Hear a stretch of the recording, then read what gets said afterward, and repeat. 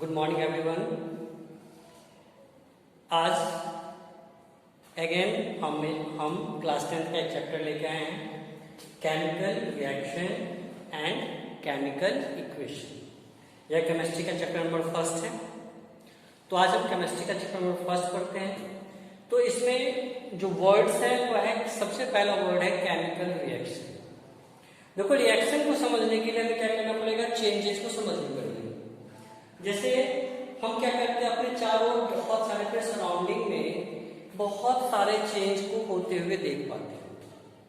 कुछ change noticeable होता है, कुछ चेंज को नोटिस नहीं कर पाते। जो चेंज नोटिसेबल होता है उसमें क्या होता है, कैसे हम नोटिस कर पाते हैं, क्योंकि या तो उसका पोजीशन बदल जाता है, या शेप बदल जाता है, या साइज बदल जाता है, या कलर बदल जाता है, उसकी फिजिकल स्टेट बदल जाती है, टेम्परेचर बदल जाता है, कंपोजिशन बदल जाता है, या फिर उसके स्ट्रक्चर में कोई ना कोई क्या होता है, परिवर्तन आ जाता है।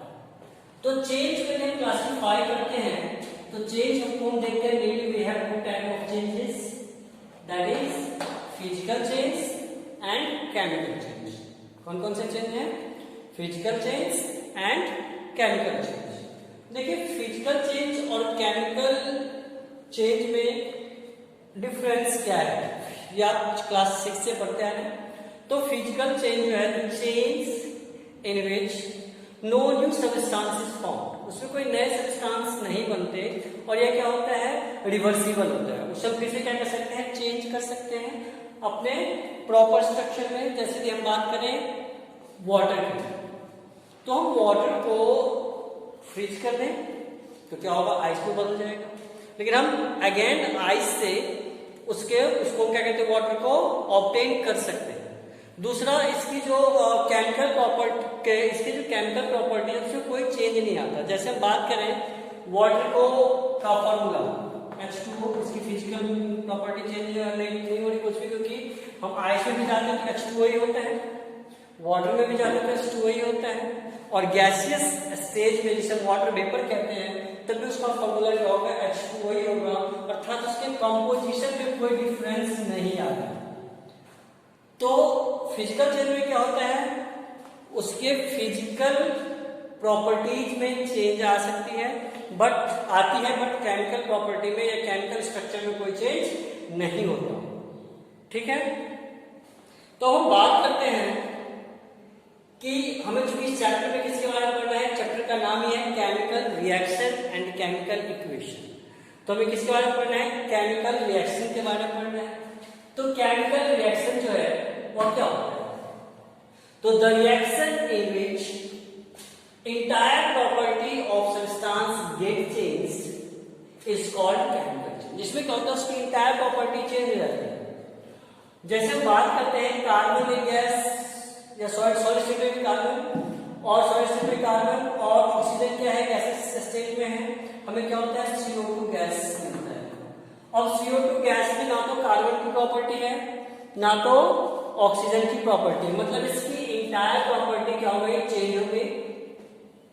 और क्या हो गया, in this reaction totally new substance are formed, बिल्कुल नया सब्सटेंस बनता है, और उसकी प्रॉपर्टी जो होती है, उस सब्सटेंस की जो प्रॉपर्टी होती है वह क्या होता है, अपने कॉन्स्टिट्यूएंट से क्या होता है, बिल्कुल डिफरेंट होता है, अलग होता है। जैसे कार्बन और ऑक्सीजन मिले बन गए कार्बन डाइऑक्साइड गैस, ना तो उसमें कार्बन की प्रॉपर्टी है ना ऑक्सीजन की प्रॉपर्टी है, इंटायर डिफरेंट प्रॉपर्टी जो है उसमें आ जा रही है।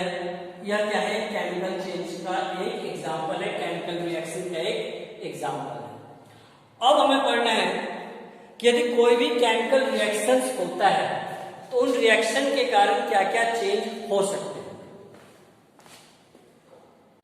तो बेटा हमें पढ़ना है कैरेक्टरिस्टिक ऑफ केमिकल रिएक्शन। जब एक केमिकल रिएक्शंस होते हैं तो कौन कौन से उसके कैरेक्टरिस्टिक होते हैं, कैसे हम पहचानेंगे कि वो एक केमिकल रिएक्शन। देखिए, केमिकल रिएक्शन की सबसे पहली पहचान है कि क्या होता है, इवोल्यूशन ऑफ गैस। क्या होता है इवोल्यूशन ऑफ गैस। हमें पता है कि कोई भी मेटल जब किसी एसिड से रिएक्ट करता है तो हाइड्रोजन गैस बनता है, ये आपने पढ़ा ही है। तो जिंक रिएक्ट कर रहा है H2SO4 से। H2SO4 क्या है? सल्फ्यूरिक एसिड है। रिएक्ट कर रहा है तो क्या बन रहा है? Zinc sulphate. इसका SO4 क्या हो गया? Zn के साथ चला गया तो क्या बन गया? Zinc sulphate. और ये क्या हो गया? हाइड्रोजन गैस क्या हो गया? इसमें से रिलीज हो गया। तो हमने क्या देखा कि जब भी एक केमिकल रिएक्शन होती है तो क्या होता है? गैस रिलीज होती है। ठीक है। उसके बाद है, आपने लैब में ऑक्सीजन बनाया होगा प्रैक्टिकल में, तो हम क्या करते हैं लैब में ऑक्सीजन कैसे बनाते हैं? तो हम क्या करते हैं? पोटेशियम क्लोराइड को, इसको पोटेशियम क्लोराइड को हम क्या करते हैं? रिएक्ट करवाते हैं मैग्नीशियम ऑक्साइड से। क्या करते हैं?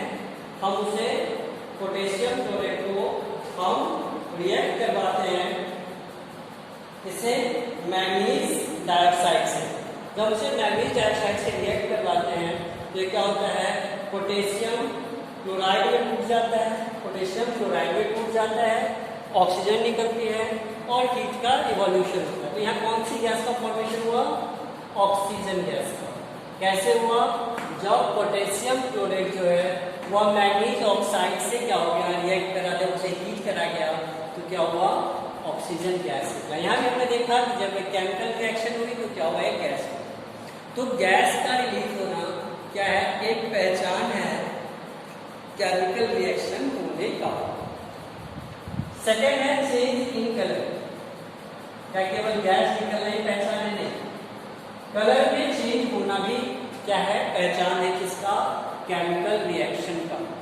जैसे आपको पता है लेड ऑक्साइड जो होता है वो रेड कलर का होता है, 2Pb3O4। ये लेड ऑक्साइड है, ये क्या होता है? रेड कलर का होता है। जब हम इसे हीट करते हैं तो क्या होता है? लेड मोनो ऑक्साइड में चेंज हो जाता है और इसका कलर क्या हो जाता है? Yellow colour. क्या हो जाता है?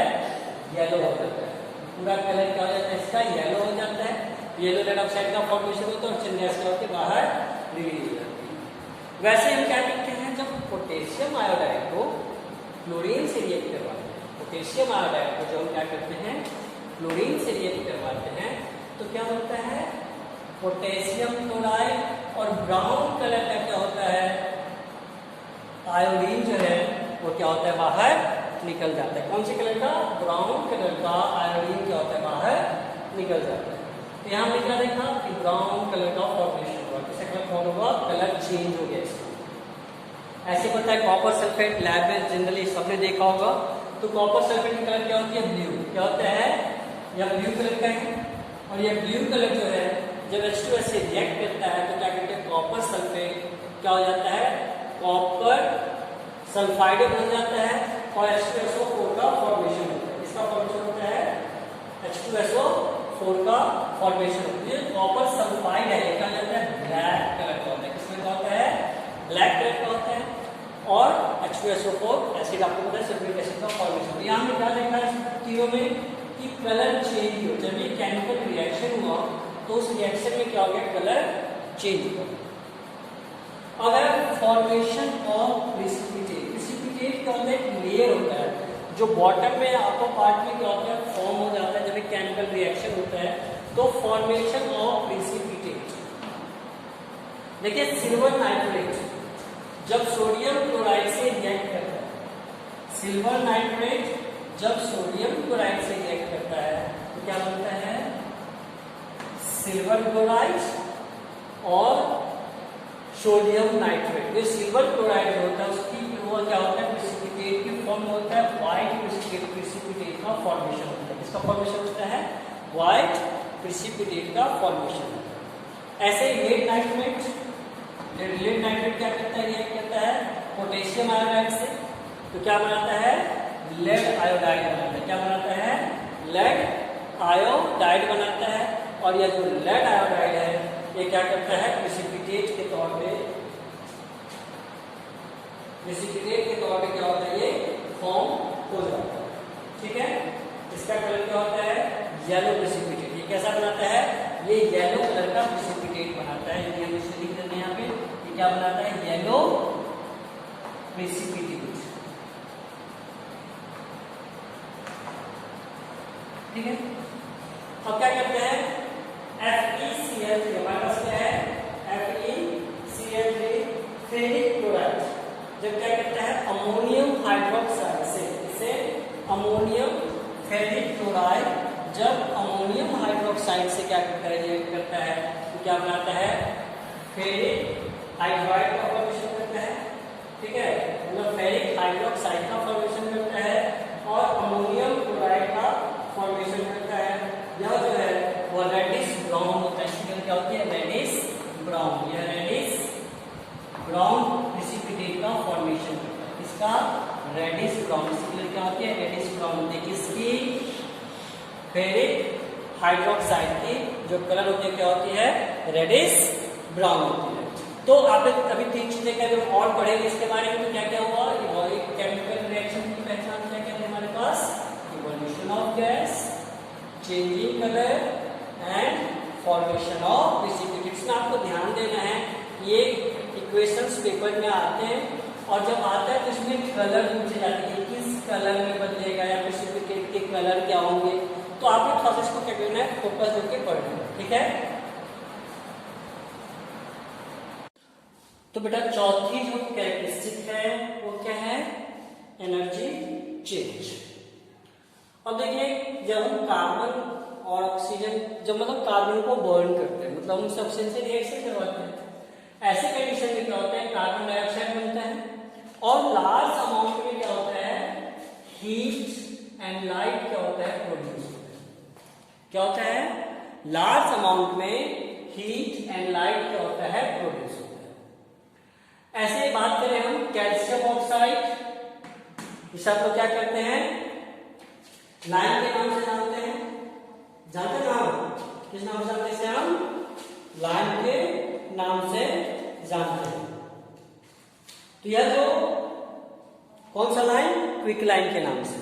तो क्विक लाइन को क्या करते हैं, जब वाटर में घोलते हैं तो ऐसे कंडीशन में क्या होता है, कैल्शियम हाइड्रोक्साइड का फॉर्मेशन होता है और बहुत ही ज्यादा एनर्जी निकलती है, बहुत ही ज्यादा गर्म हो जाता है। जो सॉल्यूशन होता है वो क्या होता है, बहुत ज्यादा गर्म हो जाता है, हीट करता है। इसीलिए कभी भी आपने देखा होगा चूने को हाथ से नहीं मिलाया जाता है पानी में, क्योंकि ऐसे करोगे तो क्या होगा, हाथ जलने का डर रहता है। ऐसे हम देखते हैं कि ये दोनों क्या हो गए, एक्सोथर्मिक रिएक्शन। एक्सो मीन्स निकलना, थर्मिक मीन्स हीट, तो हीट का निकलना एक्सोथर्मिक रिएक्शन है। दोनों में चूंकि हीट निकल रही है तो क्या हो गया, एक्सोथर्मिक रिएक्शन। ये एक पहचान हो गई किसकी, केमिकल रिएक्शन की। अब बात करते हैं कैल्शियम कार्बोनेट। कैल्शियम कार्बोनेट को जो आप हीट करोगे इसे हम कहते हैं लाइमस्टोन, चूना पत्थर कहते हैं हिंदी में।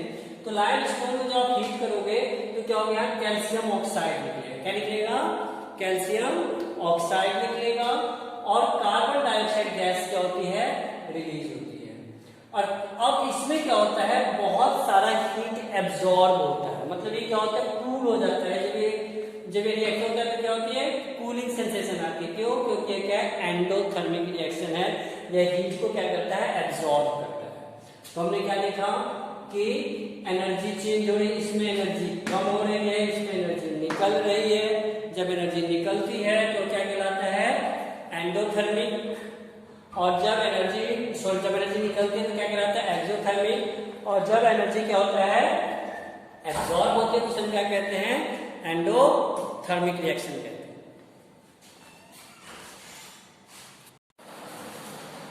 So students, now we have to read about chemical equation. So what is chemical equation? The symbolic representation of any chemical reaction is called chemical equation. The symbolic representation of any chemical reaction is called chemical equation. इसको हम क्या करते हैं, तो एक symbolic representation देते हैं। चलिए मैं हाइड्रोजन लिख रहा हूँ, तुम क्या लिखते हैं, हमें कॉपर लिखना है, क्या लिखते हैं, Cu। और क्लास 9 में आपने अच्छे तरीके से पढ़ लिया है कि हम एलिमेंट्स के सिंबल कैसे लिखते हैं। तो सबसे पहले स्टूडेंट मैंने कहा कि सिंबॉलिक रिप्रेजेंटेशन। अब इसको हम लिखते हैं कैसे, इसके स्टेप्स क्या हैं, स्टेप्स क्या है केमिकल इक्वेशन को लिखने का। तो सबसे पहले आपको रिएक्टेंट और प्रोडक्ट को आइडेंटिफाई करना है। इसमें रिएक्टेंट क्या है और प्रोडक्ट क्या है। अभी आपने कहा रिएक्टेंट क्या होता है कि जो सब्सटेंस केमिकल इक्वेशन में क्या करते हैं पार्ट करते हैं, वो क्या होता है रिएक्टेंट कहलाता है, और जो बनता है वो क्या कहलाता है प्रोडक्ट कहलाता है। उस केमिकल रिएक्शन में रिएक्टेंट से जो चीज बनती है उसे क्या कहते हैं प्रोडक्ट कहते हैं। तो हमें क्या करना पड़ेगा आइडेंटिफाई करना पड़ेगा, पहचानना पड़ेगा कि रिएक्टेंट कौन है और प्रोडक्ट कौन है। उसके बाद सेकंड है कि हमें रिएक्टेंट और प्रोडक्ट को या तो एरो मार्क से या इक्वल के साइन से क्या करना पड़ेगा सेपरेट करना पड़ेगा। या तो एरो मार्क से या इक्वल के साइन से हमें क्या करना पड़ेगा इसे सेपरेट करना पड़ेगा। ठीक है। यदि रिएक्टेंट एक से ज्यादा है या प्रोडक्ट एक से ज्यादा है तो उनके बीच में क्या होना चाहिए प्लस का साइन होना चाहिए। क्या होना चाहिए प्लस का साइन होना चाहिए। उसके बाद क्या करना है एक बैलेंस केमिकल इक्वेशन लिखने के लिए क्या करना पड़ता है। यदि इतना तक हम लिखते हैं तो क्या होगा स्केलेटन केमिकल इक्वेशन बनेगा। स्केलेटन में क्या होता है वो बैलेंस नहीं होगा।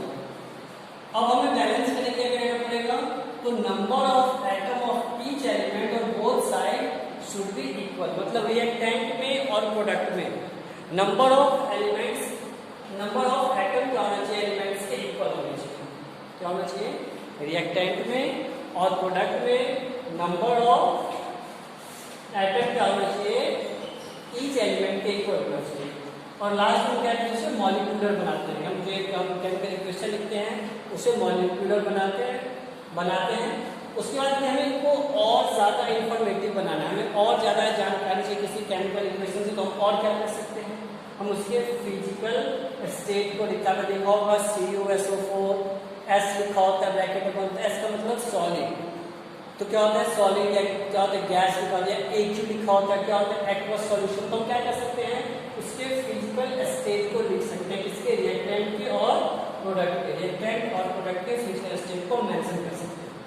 उसके बाद हम क्या कर सकते हैं नीचे एरो मार्क जो नीचे की ओर पॉइंटेड हो ऐसे एरो मार्क को हम प्रिसिपिटेट के लिए शो करते हैं। इसको दिखाने के लिए प्रिसिपिटेट को दिखाने के लिए शो करते हैं। और जब गैस का इवोल्यूशन होता है हम क्या करते हैं अपवर्ड एरो मार्क्स को शो करते हैं। ठीक है। अब हम और ज्यादा इंफॉर्मेटिव बनाने के लिए क्या करते हैं हीट क्या होती है रिलीज होती है हम क्या लिखते हैं प्लस हीट। हीट यदि एब्जॉर्ब होगा तो क्या लिखते हैं माइनस हीट। ये किसके लिए लिखा जाता है तो क्या हो जाएगा यह हो जाएगा एक्सोथर्मिक के लिए और ये हो जाएगा एंडोथर्मिक के लिए।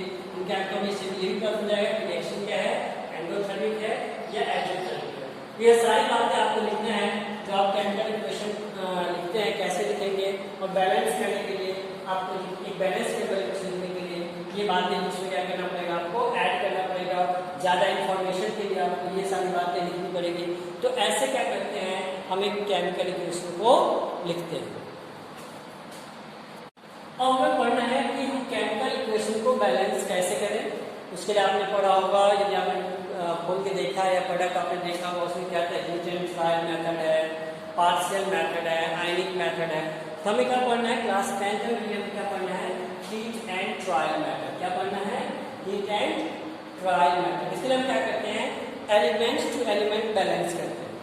हर एक एलिमेंट्स के नंबर ऑफ एटम को क्या करते हैं आइडेंटिफाई करते हैं। सबसे पहले हम क्या करते हैं start balancing from the elements. हम एलिमेंट्स से क्या करते हैं बैलेंसिंग करना शुरू करते हैं। उसके बाद हम सेकेंड स्टेप पहले स्टेप में हम हाइड्रोजन को छोड़ के बाकी जो एलिमेंट है उसको बैलेंस करते हैं।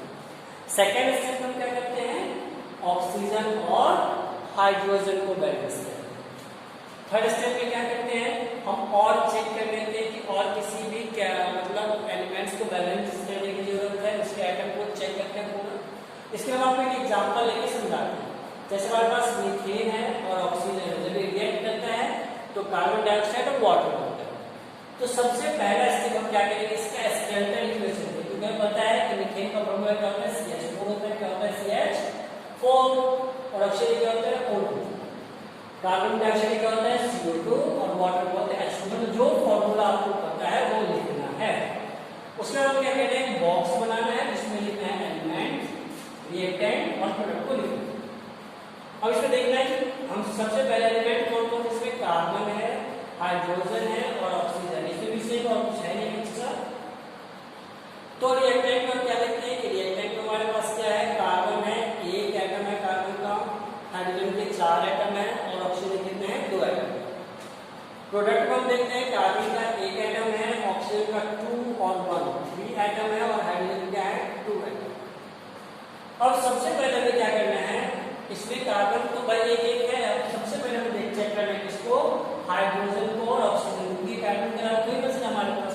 और भैया यहाँ हाइड्रोजन 2 है और यहाँ पे क्या है 4, तो 2 और 4 है, हाइड्रोजन क्या है, प्रोडक्ट में हाइड्रोजन 2 है और रिएक्टेंट में क्या है 4 है, तो हमें क्या करना पड़ेगा, इसे प्रोडक्ट में भी 4 करना पड़ेगा। तो हमने क्या करा यहाँ पे 2H2 लगा दिया, क्या लगा दिया 2H2, 2 2 जा 4, H2O तो है इसके पास, यहाँ 2 लगा दिया। अब यहाँ पे ऑक्सीजन कितना हो गया 2 और इस 2 से भी मल्टीप्लाई किया, 2 और 2 4 ऑक्सीजन हो गए, लेकिन रिएक्टेंट में ऑक्सीजन कितना है, यहाँ पे 2 ही है, तो यहाँ पे हमें क्या करना पड़ेगा, यहाँ पे हमें 2 लगाना पड़ेगा, तो ऑक्सीजन कितना हो जाएगा 2 2 जा 4, कितना हो जाएगा 2 2 जा 4। अब प्रोडक्ट में हाइड्रोजन कितना था, प्रोडक्ट में हमारे पास था 2 है, 3 हाइड्रोजन था, 2 से भी 4 करना पड़ेगा, तो 2 तो इसके पास है और 2 हमने हाइड्रोजन के लिए, तो इससे मतलब 2 और 2 4, तो प्रोडक्ट में भी 4 हो गया और रिएक्टेंट में भी क्या हो गया 4 हो गया। अब हमारे पास क्या है, पूरा बैलेंस हो गया।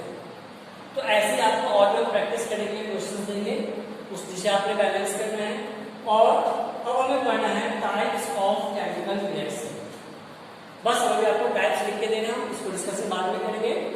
पहला है कॉम्बिनेशन, दूसरा है डिकम्पोजिशन, तीसरा है डिस्प्लेसमेंट, चौथा है डबल डिस्प्लेसमेंट रिएक्शन, फिर है ऑक्सीडेशन एंड रिडक्शन, फिर है प्रेसिपिटेशन रिएक्शन, उसके बाद है exothermic and endothermic reaction.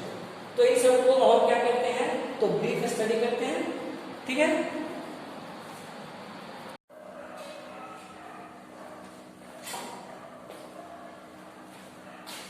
Good morning students.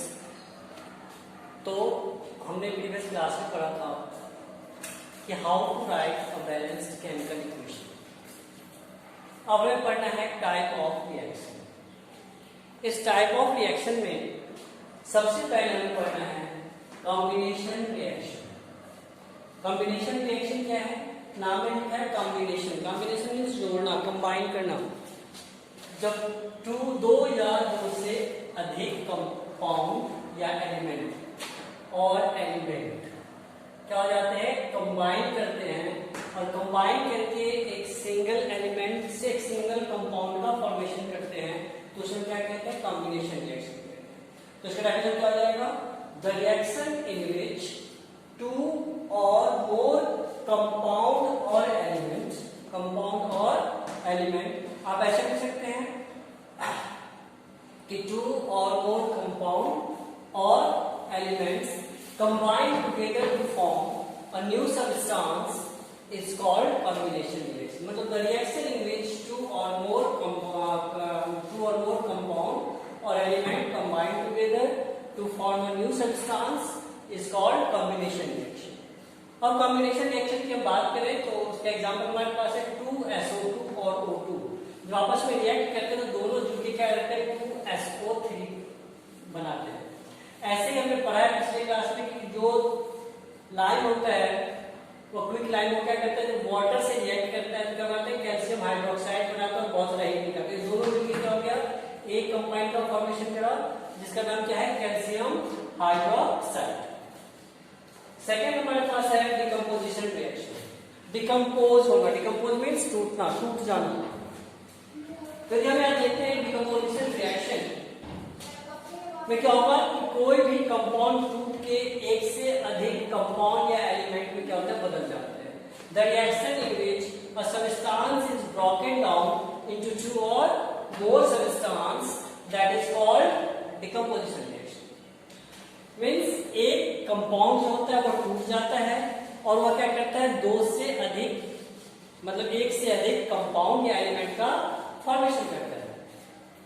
जैसे कैल्शियम कार्बोनेट जब इसे हम गर्म करते हैं तो ये क्या बनाता है, कैल्शियम ऑक्साइड है, कार्बन डाइऑक्साइड गैस क्या करता है, रिलीज करता है। तो यह क्या है, डिकम्पोजिशन रिएक्शन का एक एग्जांपल है। यदि हम बात करते हैं डिकम्पोजिशन रिएक्शन के और भी एग्जांपल लेने का, तो आप देखोगे कि अमोनियम नाइट्रेट जो है उसमें यदि हम छोड़ देते हैं तो डिकम्पोज हो जाता है नाइट्रोजन मोनोऑक्साइड एंड वाटर में, NH4NO3। जब हम क्या करते हैं NH4NO3 ये डिकम्पोज हो जाता है, मतलब क्या होता है, टूट जाता है, ब्रेक हो जाता है, किसमें, N2O प्लस 2H2O में। तो यह भी क्या है, डिकम्पोजिशन रिएक्शन का क्या है, एग्जांपल है। उसके बाद आपने देखा होगा कि जब आप कोई भी कोल्ड ड्रिंक पीते हो, उसके बाद जब उस ढक्कन को हम खोलते हैं तो क्या उसमें जिस साउंड निकलता है या फिश साउंड निकलता है। यह जो साउंड होता है वो क्यों होता है, कार्बोनिक एसिड क्या करता है, जब उसे खोलते हैं कि कांटेक्ट में आता है तो कार्बोनिक एसिड क्या होता है, टूट जाता है, किसमें, water and carbon dioxide. Carbonic acid H2CO3 या ब्रेक हो जाता है किसमें, CO2 और H2O। तो ऐसे बहुत सारे एग्जांपल हैं किसके, डिकम्पोजिशन रिएक्शन के। अब बात करते हैं डिस्प्लेसमेंट रिएक्शन की। डिस्प्लेस करना, डिस्प्लेस मतलब एक जगह से उठाकर दूसरी जगह डाल देना। तो जब डिस्प्लेसमेंट रिएक्शन की बात करते हैं तो इसमें क्या होता है कि एक एटम या ग्रुप ऑफ एटम, किसी कंपाउंड का एक एटम या एक ग्रुप ऑफ एटम किसी भी एलिमेंट्स के द्वारा जो उससे मोर रिएक्टिव है उसे क्या कर दिया जाता है, डिस्प्लेस कर दिया, उसे अपने साथ जोड़ लिया जाता है, उसको हटा देता है, किसमें से, जो कंपाउंड होता है उसमें से हटा कर उसे अपने साथ जोड़ लेता है। इस प्रोसेस को हम क्या कहते हैं, डिस्प्लेसमेंट रिएक्शन कहते हैं। The reaction in which atom और group of atom is replaced by more reactive elements from the molecule is called displacement reaction. Displacement reaction में क्या देखा जाता है, SO4 है, यहाँ इस Fe ने क्या करा, इसके SO4 को अपने साथ मिला लिया और Cu क्या हो गया, अलग हो गया।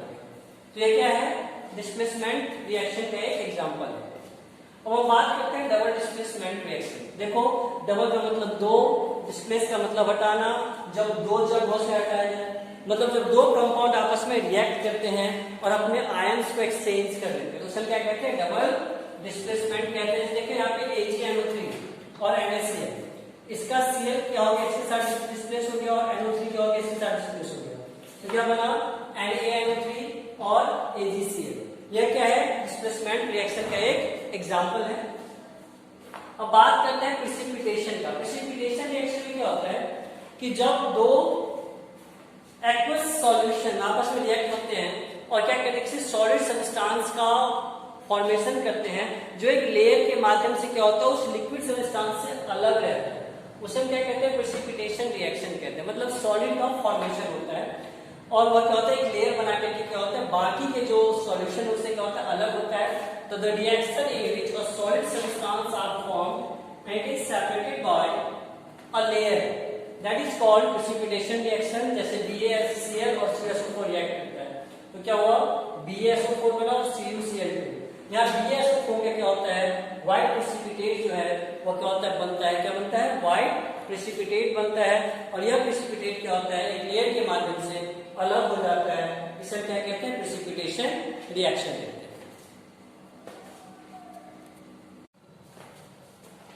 So dear students, our neutralization reaction. Neutralization reaction आपने क्लास 7 में, क्लास 8 में, क्लास 9 में पढ़ा है। तो न्यूट्रलाइजेशन रिएक्शन क्या है, देखो न्यूट्रलाइज का मतलब क्या होता है, इसमें कोई भी प्रॉपर्टी ना हो, ना तो उसमें एसिडिक प्रॉपर्टी हो, ना बेसिक प्रॉपर्टी हो। So the reaction in which acid and base react together to form salt and water. The reaction in which acid and base react together to form salt and water is called neutralization reaction. देखिए यहाँ HCl क्या है, acid है, और NaOH क्या है, base है। जब दोनों रिएक्ट करते हैं तो एक सॉल्ट बनता है, कौन सा, NaCl, एक साल्ट का फॉर्मेशन होता है, और वाटर इसको आपको पता है।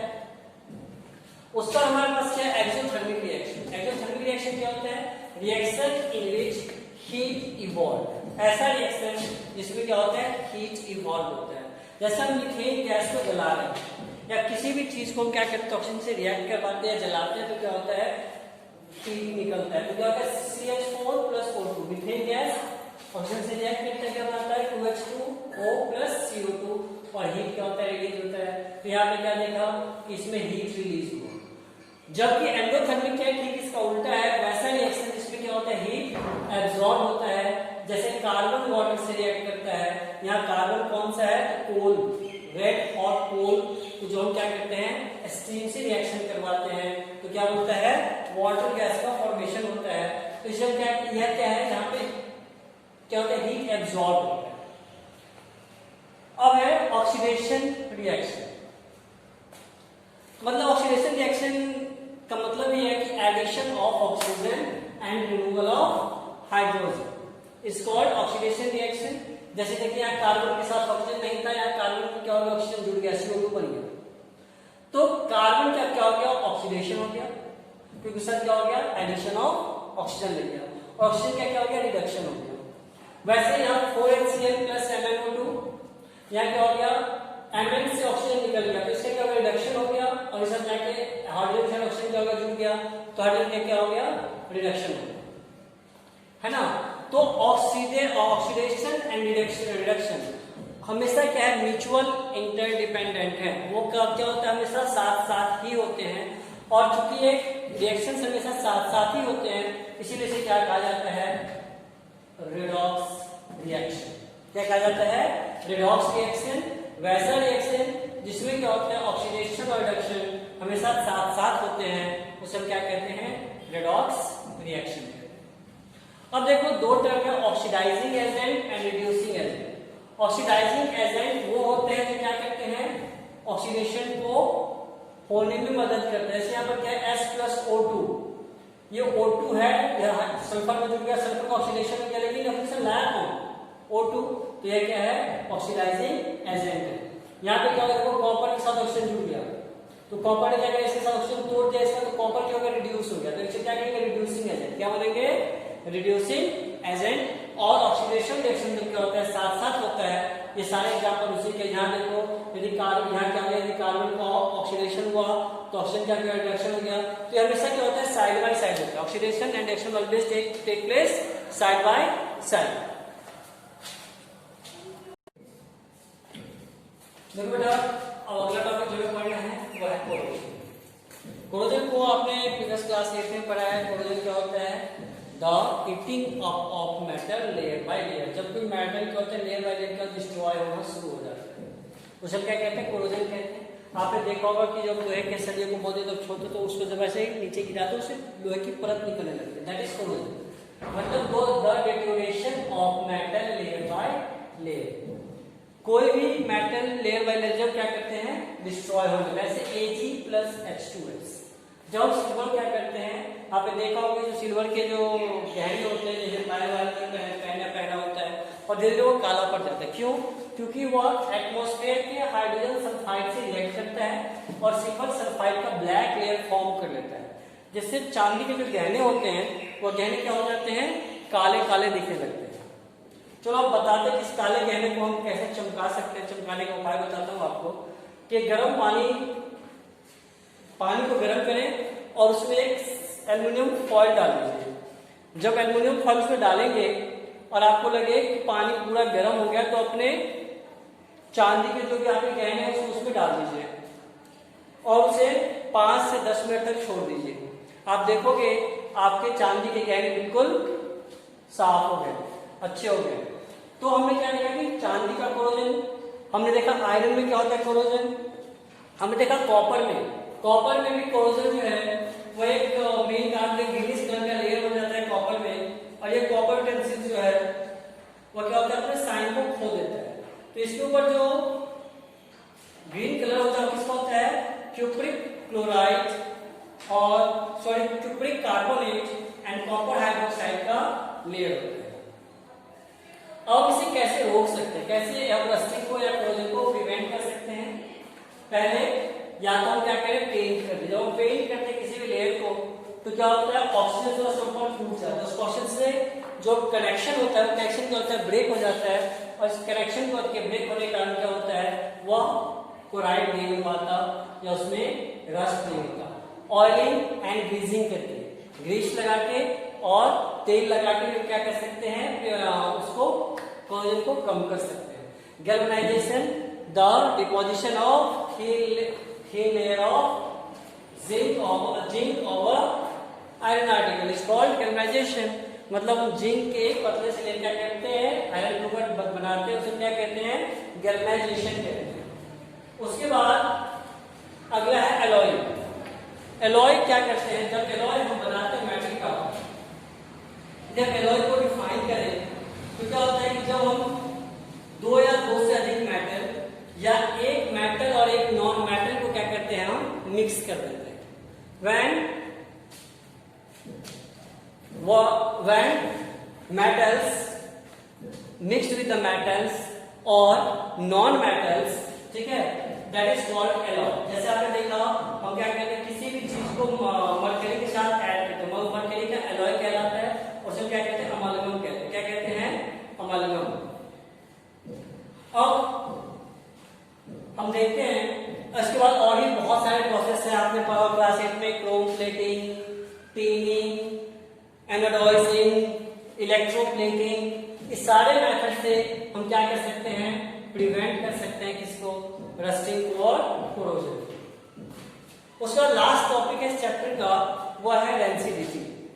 रेंसिडिटी का मतलब क्या होता है, रेंसिडिटी का मतलब होता है कि when any oily or fatty food, when any oily or fatty food come into the contact with of atmospheric oxygen, it starts to give foul smell. This is called rancidity। जब atmospheric oxygen के साथ कोई भी fatty acid क्या करता है, react करता है, तो उसे क्या कहते हैं, बदबू देना शुरू करता है, ये सब क्या कहते हैं, रेंसिडिटी कहते हैं।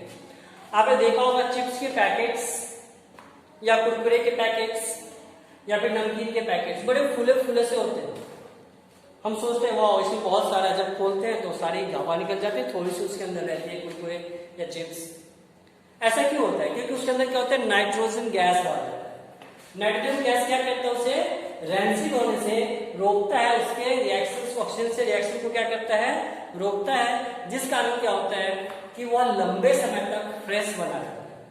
तो कुरकुरे और चिप्स के पैकेट में क्या डला होता है, नाइट्रोजन गैस डला होता है। और इसको बचाने के लिए हम और भी, जैसे आपने देखा होगा कि कुछ सब्सटेंस होते हैं बड़ी टाइट कंटेनर के होते हैं, के अंदर होते हैं, या हमारी जो खाने वाली चीजें होती है वो क्या होती है, उनको उसे एयर को निकाल दिया जाता है, चिपका दिया जाता है उसको, क्यों, रेंसिडिटी को रोकने के लिए। ठीक है, तो ऐसे ही अब हम पढ़ेंगे next chapter acid, base and salt. उसका हम एक बार फिर से रिवीजन करेंगे, एक बार उस चैप्टर को पढ़ चुके हैं और एक बार फिर से नेक्स्ट में उसका क्या करेंगे, रिवीजन करेंगे। नेक्स्ट जल्दी हम क्या करेंगे, उस चैप्टर का वीडियोस आपको प्रोवाइड कर देंगे। Thank you.